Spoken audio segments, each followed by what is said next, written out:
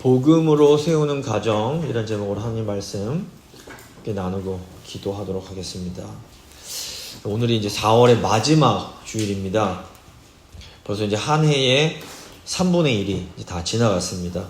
저희가 올해부터 이제 소그룹 모임을 시작을 했는데, 오늘은 소그룹 그 조장분들이 모여서 지난 그런 모임들을 좀 평가하고 정비하고 새롭게 다지는 그런 시간을 가지려고 합니다. 이제 다음 달부터 5월인데 5월은 가정의 달입니다. 올해 이제 뭐 어린이 주일, 어버이 주일, 그리고 또 승천절 예배가 있습니다. 그래서 또 어버이 주일에는 광고 드렸던 것처럼 그 찬양 간증 경연 대회도 개최를 하려고 합니다. 5월에 있을 예배와 행사들을 위해서 기도해 주시기 바랍니다. 이제 오늘은 5월을 맞이하는 마음으로 이 복음과 가정의 관계에 대해서 좀 함께 생각해 보려고 합니다. 성경 보시면 하나님께서 직접 세우신 공동체가 딱 두 개가 나옵니다. 하나는 가정이고 하나는 교회입니다. 이게 무슨 의미가 있을까요? 저희가 어떤 예술품을 보면 그 작가를 알 수가 있습니다. 마찬가지로 그 하나님께서 직접 만드신 이 가정과 교회를 통해서 하나님이 자신이 어떤 분이신지를 이제 드러내 주십니다. 그래서 가정과 교회는 하나님의 성품을 반영을 합니다. 특별히 가정은 인간이 처음으로 하나님의 사랑을 배우는 곳입니다. 물론 죄로 인해서 이 현실 속의 가정들이 많이 이렇게 망가졌습니다. 그럼에도 불구하고 우리는 여전히 이 가정에서 갈등을 다루는 법을 배우고 또 용서를 배우게 됩니다. 안타깝게도 오늘날 가정이 이 제 기능을 하지 못하는 경우가 많습니다. 그 결과 이 가정 안에서의 이 가족 관계가 엉망이 되고 사랑 대신 상처를 경험하는 곳이 되어버렸습니다. 그럼에도 가정은 여전히 우리가 사랑을 배울 수 있는 최고의 학교이고 용서를 연습하는 훈련장이며 하나님의 은혜를 경험하는 축복의 자리입니다. 그렇기 때문에 우리 가정이 건강하게 세워지는 것이 너무너무 중요합니다. 그런데 이 가정이 건강하게 세워지기 위해서 단순한 어떤 인간적인 사랑이나 결심 이런 걸로는 부족합니다. 가정이 건강하게 세워지려면 무엇보다 복음의 능력이 필요합니다.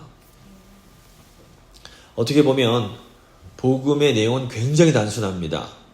예수님께서 우리를 대신해서 죽으시고 부활하셨다. 이 복음의 진리는 어린아이도 이해할 수 있을 만큼 아주 쉽습니다. 하지만 이 단순한 복음 안에는 우리의 삶을 회복시키고 풍성하게 만드는 어마어마하게 중요한 영적 원리가 들어있는 겁니다. 이 복음의 원리는 우리 가정을 세울 수 있는 놀라운 능력이 들어있습니다. 시간 관계상 저희가 자세히 다루지 못하지만 골로새서 3장 이 앞부분을 보시면 복음의 정신이 어떻게 교회 안에서 구체적으로 나타나야 하는지를 다루고 있습니다. 그리고 이제 오늘 본문이 그 다음에 나옵니다. 오늘 본문이 3장 18절부터 21절은 이 복음의 정신이 우리 가정에서 어떻게 나타나야 하는지를 구체적으로 설명을 하고 있는 겁니다. 복음은 가정을 세우는 가장 강력한 능력입니다. 그래서 오늘 복음의 원리가 우리 가정 안에서 어떻게 실제로 작동을 하고 어떻게 우리를 통해서 드러나야 하는지를 함께 생각하겠습니다. 오늘 보면 세 부분으로 나눠 살필 텐데, 첫 번째 복음의 원리가 무엇인지, 두 번째 부부관계 속에서 이 복음의 원리가 어떻게 드러나야 하는지, 세 번째 부모 자녀 관계에서 이 복음의 원리가 어떻게 드러나야 하는지를 생각해 보겠습니다. 첫 번째 복음의 원리입니다. 자, 복음이 무엇입니까? 복음은 하나님께서 은혜로 예수 그리스도의 죽으심과 부활을 통하여 죄인을 구원하시고 하나님과 화해하게 하시는 좋은 소식을 말합니다.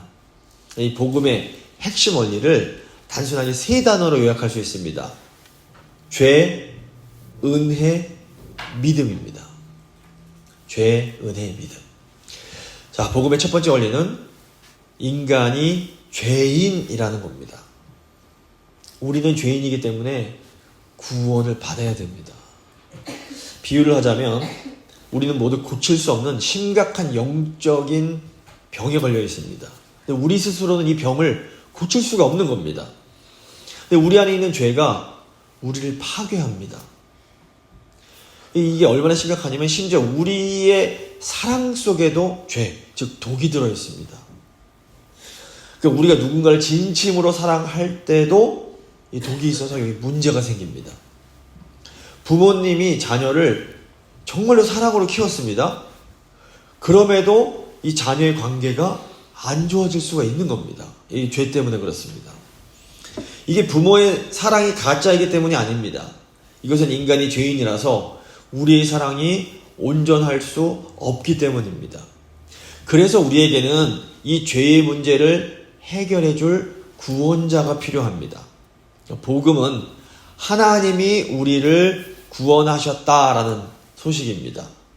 만약에 우리가 우리 스스로 어떻게 노력해서 우리를 구원할 수 있다면 복음이 기쁜 소식이 될 수 없는 겁니다. 자, 복음의 두 번째 원리는 하나님께서 우리를 은혜로 구원하신다라는 겁니다. 이 은혜라는 단어가 너무 중요합니다. 은혜는 받을 자격이 전혀 없는 자에게 베풀어지는 하나님의 호의를 말합니다.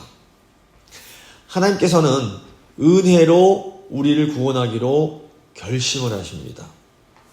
그러니까 우리가 뭘 잘해서 그 대가로 받는 것은 보상이지 은혜가 아닙니다. 그래서 율법주의는 율법을 잘 지켜서 구원을 받는다는 이 보상의 원리로 작동이 됩니다. 하지만 구원은 보상이 아니라 전적인 하나님의 은혜로 받는 선물인 겁니다. 하나님의 은혜의 선물이 바로 예수 그리스도이십니다. 예수님께서 오셔서 십자가에서 우리를 대신해서 죽으시고 부활하심으로 우리의 죄의 문제를 해결해 주셨습니다. 그래서 복음은 하나님이 오직 은혜로 우리를 구원해 주신다는 기쁜 소식입니다. 복음의 세 번째 원리는 우리가 믿음을 통해서 이 구원을 받는다라는 겁니다. 하나님이 은혜로 주시는 구원을 받는 수단이 바로 믿음입니다. 가령 하나님께서 이제 이 구원이라는 선물을 우리에게 주십니다. 이 하나님께서 주실 때 이 선물을 받으려면 우리가 손을 내밀어야 됩니다. 우리가 하나님의 은혜를 받기 위해서 내미는 이 손, 이게 바로 믿음입니다. 그러니까 하나님의 구원을 받으려면 믿음이 필요한 겁니다. 하지만 우리는 하나님의 은혜 때문에 구원을 받는 것이지 믿음 때문에 구원받는 것은 아닙니다. 이 두 개를 잘 구분하셔야 됩니다. 중요한 것은 구원받은 후에도 하나님은 계속해서 이 회복의 은혜를 베풀어 주신다라는 겁니다. 우리가 믿음의 순종을 통해서 이 은혜를 받아야 됩니다. 우리가 믿음으로 이 죄악된 방향에서 돌이켜서 하나님이 기뻐하시는 방향으로 나아가는 것, 이걸 우리가 회개라고 부릅니다. 회개는 방향을 전환하는 겁니다. 계속해서 회개를 해야 되는 겁니다. 우리가 회개할 때 우리는 하나님께서 주시는 놀라운 평강과 복을 누릴 수 있습니다. 이것이 바로 복음이 우리에게 주는 회복입니다. 자, 복음의 원리를 요약하면 첫째, 우리는 죄인이기 때문에 구원이 필요합니다. 둘째로, 하나님은 전적인 은혜로 우리를 구원하십니다. 셋째로, 우리는 믿음을 통해 구원을 받고 회개를 통해서 회복을 경험하게 되는 겁니다. 자, 이제 이 복음의 원리가 우리 가정 가운데 어떻게 적용이 되는지를 한번 살펴보도록 하겠습니다. 자, 이제 두 번째, 부부관계입니다. 복음의 원리는 부부관계를 회복시킵니다.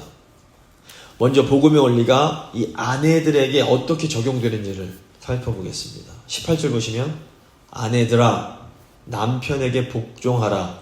이는 주 안에서 마땅하니라. 아내는 남편에게 복종해야 됩니다.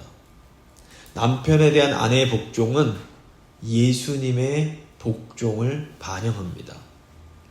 예수님은 아버지께 기꺼이 복종하심으로 십자가를 지셨습니다. 예수님의 복종을 통해서 놀라운 구원이 이루어졌습니다. 그래서 아내의 복종을 통해서도 놀라운 구원의 역사가 일어날 수 있습니다. 베드로전서 3장 1절과 2절 보시면 믿지 않는 불신 남편이라도 아내의 순종을 통해서 구원을 받을 수 있음을 가르칩니다. 또 고린도전서 7장 14절부터 16절 보시면 남편들이 아내로 말미암아 거룩해진다 이렇게 말을 합니다. 아내는 남편에게 복종함으로 위대한 구원의 일을 할 수 있습니다. 여기서 잘 생각하실 것이 있습니다. 그러니까 아내가 남편에게 복종하는 것이 아내가 남편보다 더 낫거나 열등한 존재이기 때문이 아닙니다. 성경 보시면 창세기 처음부터 남편과 아내가 서로 동등한 존재라는 것을 분명하게 강조하고 있습니다. 보시면 성자 예수님께서 성부에게 복종하신 것은 성자가 성부보다 더 낫거나 열등하기 때문이 아니었습니다. 성부와 성자는 완전하게 동등하시지만 성자가 자발적으로 성부에게 순종하십니다. 이 아내의 복종은 예수 그리스도의 복종을 반영을 하는 겁니다. 자, 아내의 복종은 부부가 서로 완전하게 동등하고 평등함에도 아내가 자발적으로 남편의 권위 밑으로 들어가는 겁니다. 이 아내의 복종이 남편을 구원에 이르게 합니다. 솔직히 말씀드려서 실제 상황에서는 아내들이 남편보다 많은 부분에서 더 뛰어난 경우가 많습니다. 하지만 아내가 아무리 뛰어나다 해도 아내는 남편의 권위를 존중해야 됩니다. 영국의 여왕일지라도 집에 들어가서는 남편의 권위를 존중해야 되는 겁니다. 쉽게 얘기해서 남편의 권위를 존중한다라는 것은 남편 말을 들어주는 겁니다. 남편이 아무리 이상한 요구를 해도 그 요구가 죄가 아니라면 아내는 남편의 말을 존중해야 됩니다. 물론 이 똑똑한 아내들이 멍청한 남편들 말 듣는 게 굉장히 힘든 일입니다. 하지만 남편의 말이 너무 답답하고 마음에 들지 않더라도 믿음의 아내는 순종할 수 있어야 됩니다. 아내가 남편에게 복종하는 게 이게 불평등처럼 보일 수 있습니다. 하지만 아내의 복종은 불평등과는 완전히 다릅니다. 저희가 운전할 때에 교통경찰의 지시에 복종을 합니다. 저희가 이걸 가지고 불평등이라고 말하지 않습니다. 이것은 우리가 경찰의 권위를 존중하는 것이지 불평등한 것이 아닙니다. 그렇다면 만약에 남편이 하나님 뜻에 반대되는 것을 요구할 때 아내는 어떻게 해야 될까요? 이때는 아내가 남편에게 불복종, 불순종할 수 있습니다. 하지만 아내는 남편에게 불순종할 때에도 부드럽고 공손한 태도로 해야 됩니다. 때로 하나님의 뜻을 따르기 위해서 아내가 남편에게 불순종하는 것은 구원의 역사를 가져오기도 합니다. 사무엘상 25장 보시면 나발이 다윗을 모욕을 합니다. 다윗이 화가 나서 이제 나발을 공격하려고 하는데 나발의 아내 아비가일은 남편의 뜻에 반대해서 다윗을 선대합니다. 결국 이 아내의 행동이 다윗의 분노를 가라앉히고 나발을 공격하는 것을 멈추게 합니다. 또 에스더 역시 왕의 규칙을 어기고 유대인들을 구원하기 위해서 간청을 합니다. 그 결과 유대 민족이 큰 구원을 경험하게 됩니다. 하지만 그럼에도 기본적인 복음의 원리는 아내가 남편에게 복종하는 겁니다. 아내가 이 복음의 원리를 따를 때 가정의 놀라운 구원과 회복의 역사가 나타나게 됩니다. 자, 이제 복음의 원리가 남편에게 어떻게 적용되는지 생각해 보겠습니다. 아내들 너무 억울해하지 않으셔도 됩니다. 10분 보시면 남편들아 아내를 사랑하며 괴롭게 하지 말라. 남편들은 아내를 사랑해야 됩니다. 아내에 대한 남편의 사랑은 예수 그리스도의 사랑을 반영하는 겁니다. 예수 그리스도는 우리를 구원하기 위해서 자신의 생명까지 내어주셨습니다. 남편도 아내를 위해 자신의 모든 것, 생명까지도 내어줄 수 있어야 됩니다. 현대인들은 보면 사랑을 어떤 감정으로 생각을 합니다. 근데 이건 사랑에 대한 굉장히 심각한 오해입니다. 잘못된 생각입니다. 성경을 보시면 사랑을 묘사하는 단어가 중요한 단어 3개가 나옵니다. 하나는 에로스고 들어보셨습니다. 에로스. 두 번째 필레오. 세 번째가 아가페입니다. 먼저 에로스는 낭만적인 사랑, 육체적 사랑, 뜨거운 열정 이걸 의미합니다. 구약 아가서 보시면 이 부부간의 에로스적 사랑이 잘 묘사되어 있습니다. 문제는 현대인들이 이 남녀의 사랑을 에로스로만 생각하는 경우가 많다라는 겁니다. 근데 부부의 사랑은 에로스가 있지만 전부가 아닙니다. 둘째로 필레오는 필레오라고 하는데 이 우정, 형제의 따뜻한 애정을 의미합니다. 이 필레오는 감정적인 유대감, 친밀함, 상호 존중을 바탕으로 한 사랑입니다. 제일 쉽게 그냥 우정이라고 이해하시면 좋습니다. 성경에서 다윗과 요나단의 우정, 예수님과 그 제자들 사이의 이 우정이 필레오적 사랑이라고 볼 수 있습니다. 이 부부간에도 이 필레오의 사랑이 아주 중요합니다. 셋째로 아가페는 무조건적인 사랑, 헌신적인 사랑, 즉 하나님의 사랑을 의미합니다. 이것은 어떤 감정인 어떤 끌림, 매력에 의존하지 않고 상대방의 유익을 최우선으로 생각하는 의지적인 사랑입니다. 아가페 사랑은 하나님께서 우리에게 보여주신 사랑의 본질이며 그리스도인들이 서로에게 그리고 모든 사람에게 나타내야 할 사랑입니다. 저희가 교독 시간에 읽은 고린도전서 13장에 이 아가페 사랑의 특징이 잘 묘사되어 있습니다. 근데 이 부부의 사랑은 이 3가지 사랑이 다 포함이 됩니다. 많은 부부들이 처음에는 에로스의 사랑으로 시작을 합니다. 처음에는 서로 바라보기만 해도 그냥 심장이 뛰고 가슴이 막 설렙니다. 근데 이런 불같은 감정은 지속될 수가 없습니다. 사실 지속되면 큰일 납니다. 시간이 가면서 부부의 사랑은 이 필레오적인 우정으로 성숙해 가게 됩니다. 서로 깊은 대화를 나누면서 부부는 세상에서 가장 친한 친구가 되는 겁니다. 그리고 궁극적으로 부부의 사랑은 아가페적인 사랑으로 나아가야 됩니다. 아가페적인 사랑은 서로를 있는 모습 그대로 품어주는 사랑입니다. 그러니까 부부가 결혼 서약을 딱 할 때 검은 머리가 팥뿌리가 될 때까지 사랑하겠다 이렇게 약속을 합니다. 이것은 서로 내가 아가페적인 사랑을 하겠다라고 약속하는 겁니다. 결혼은 내가 아무리 못난 모습을 보여도 끝까지 내 곁에서 함께 있어줄 사람을 얻게 되는 겁니다. 근데 중요한 것은 이 관계에서 중요한 역할을 하는 게 바로 남편이라는 겁니다. 왜 그럴까요?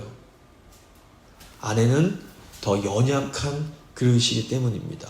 베드로전서 3장 7절 보시면 남편들아 이와 같이 지혜로 너희 아내와 동거하고 그를 여자로서 더 연약한 그릇같이 여기며 생명의 은혜를 유업으로 함께 받을 자로 알아 귀히 여기라. 그리하면 너희 기도가 막히지 아니하리라. 지혜로운 남편은 아내를 소중하게 귀하게 여기는 겁니다. 그리고 귀하게 대하는 겁니다. 아내는 섬세하고 깨지기 쉬운 그릇입니다. 비유를 하자면 남편은 튼튼한 머그컵이라면 아내는 예쁘지만 깨지기 쉬운 유리컵과 같습니다. 머그컵과 유리컵 중에서 어떤 게 더 좋은 컵입니까? 이 용도가 다른 거지 어떤 게 더 좋다 말할 수 없습니다. 뜨거운 음료를 마실 때는 머그컵이 더 좋습니다. 하지만 시원한 음료를 마실 때는 유리컵이 더 좋습니다. 근데 이 유리컵을 머그컵 대하듯이 하면 유리컵은 깨져버립니다. 남편은 아내를 아주 조심조심 소중하게 대해야 하는 겁니다. 무엇보다 남편은 아내를 괴롭게 하면 안 됩니다. 쉽게 말해서 남편은 아내가 싫어하는 일을 하면 안 되는 겁니다. 내가 아무리 좋아하고 하고 싶은 일이라도 아내가 하지 마 그러면 안 해야 됩니다. 또 내가 너무 하기 싫은 일이라도 아내가 이거 하세요 그러면 해야 되는 겁니다. 그러니까 아내가 남편에게 복종하고 남편이 아내를 사랑할 때 이 부부관계가 더 좋아지고 깊어지게 됩니다. 근데 중요한 것은 이 모든 사랑에 자기 부인이 필요하다라는 겁니다. 우리는 부부관계에서 내 뜻대로, 내 맘대로 이거 하고 싶어 합니다. 하지만 우리가 나를 주장할 때 거기에는 참된 평화와 안식이 사라지게 됩니다. 예수님께서는 내게로 와서 함께 멍에를 메고 내게 배우라. 그리하면 너희 마음이 쉼을 얻게 될 거다 말씀하십니다.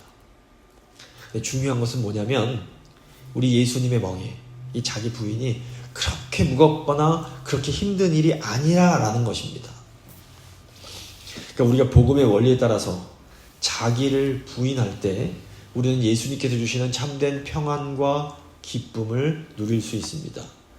우리 모두 믿음으로 자기를 부인함으로 이 평안과 기쁨을 함께 누릴 수 있게 되기를 바랍니다.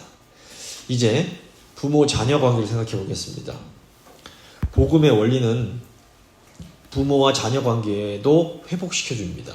먼저 자녀들에게 주어진 복음의 원리를 생각해 보겠습니다. 20절입니다. 자녀들아 모든 일에 부모에게 순종하라. 이는 주 안에서 기쁘게 하는 것이니라. 자녀는 부모에게 순종을 해야 됩니다. 부모님에게 순종하는 것은 주님을 기쁘시게 하는 일입니다.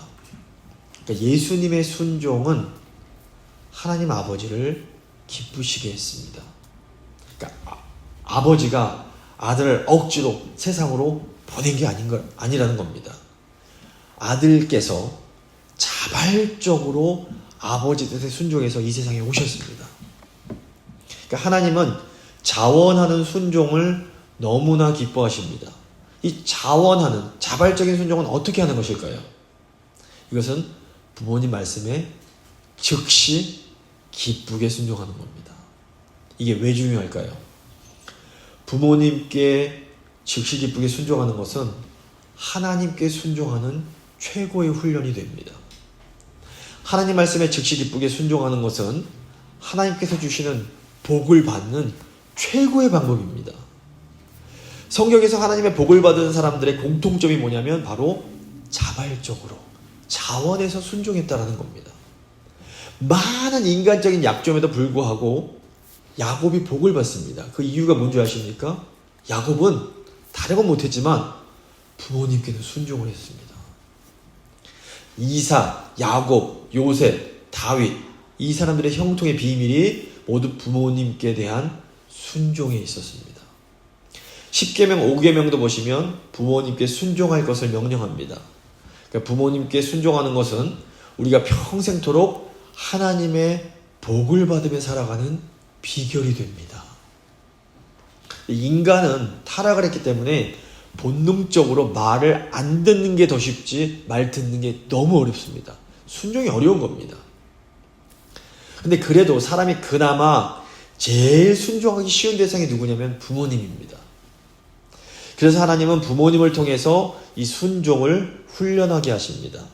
부모님께 순종함을 통해 우리는 하나님께 순종하는 것을 배울 수 있습니다. 그러니까 자녀는 부모님 말씀이 잘 이해가 안 되더라도 부모님의 말씀에 순종하는 것을 훈련을 해야 됩니다.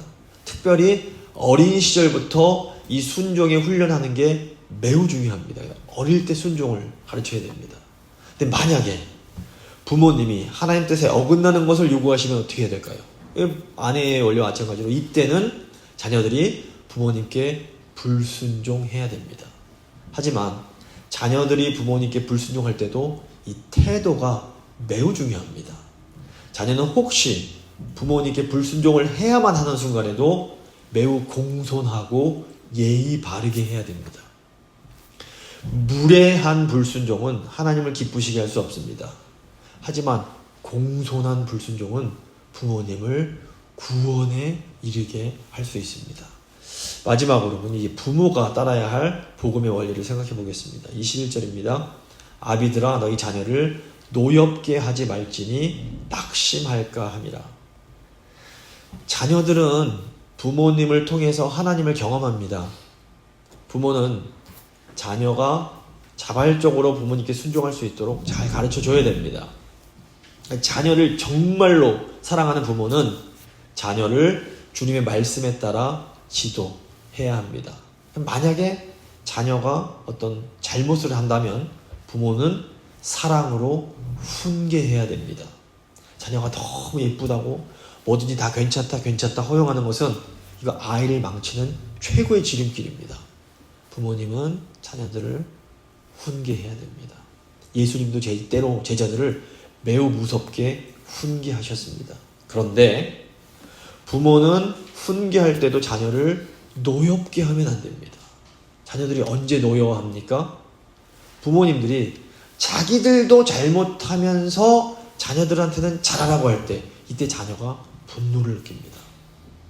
부모는 반드시 먼저 바른 모범을 보여야 됩니다.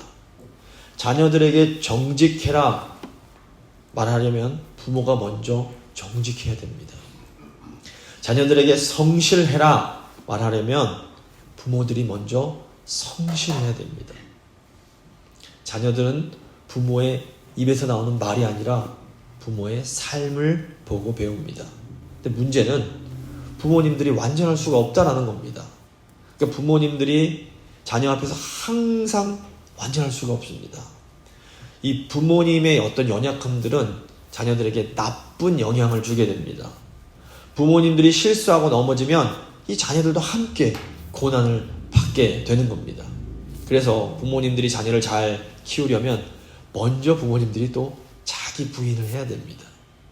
부모님이 먼저 하나님 앞에서 자기를 부인하는 삶을 사는 거, 이게 중요합니다. 그런데 이게 잘 안 되는 겁니다. 부모님이 완전할 수가 없습니다. 그렇다면 어떻게 해야 될까요? 부모님들은 자녀에게 진실한 모습을 보여줘야 됩니다. 부모가 자녀들에게 진실할 때에 이 자녀들의 분노가 수그러들게 됩니다. 어차피 이 세상에 완벽한 부모는 없습니다.